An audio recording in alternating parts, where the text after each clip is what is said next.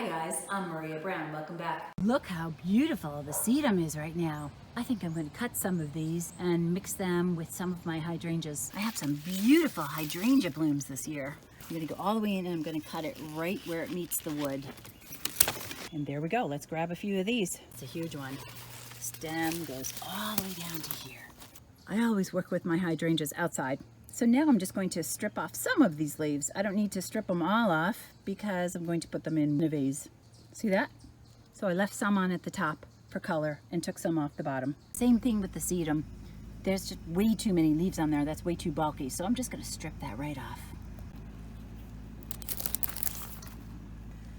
Just like that. I'm going to start by putting some flower fresh in the water. These are the flowers I'm going to work with. I'm going to try to put the bigger blooms and the taller blooms right in the center, work my way around, and then I'm going to fill in spots with the sedum. So let's have a go at it.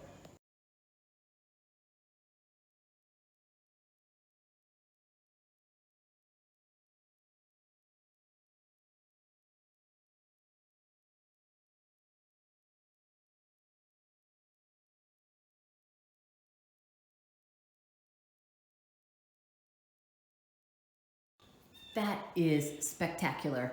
Now, just imagine this as a centerpiece or at a head table for a wedding or for any special occasion or just for every day. Simple. The key is just moving them around and filling in spaces until you get what you like.